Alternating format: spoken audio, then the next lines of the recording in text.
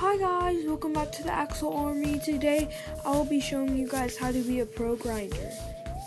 So first things first, you're going to want to be a baby, you're going to want to have a lure, and you're going to want to have a grinding area / pet spot.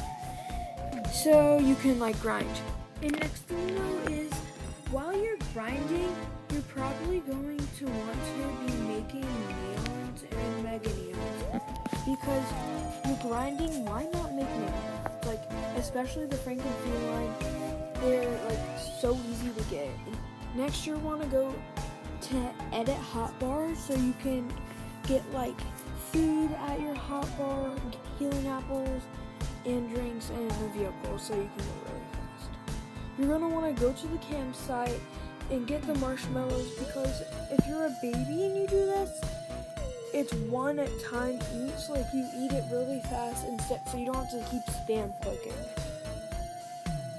See, I just ate 5, but anyway, yeah, once it turns morning, you're gonna want to go to the beach need, and then, I forgot to tell you, but you're probably gonna want to play on a private server so you don't get transferred. After you're done with the beach need or any of the morning needs, I suggest you be a parent and go to the pizza place to get a job.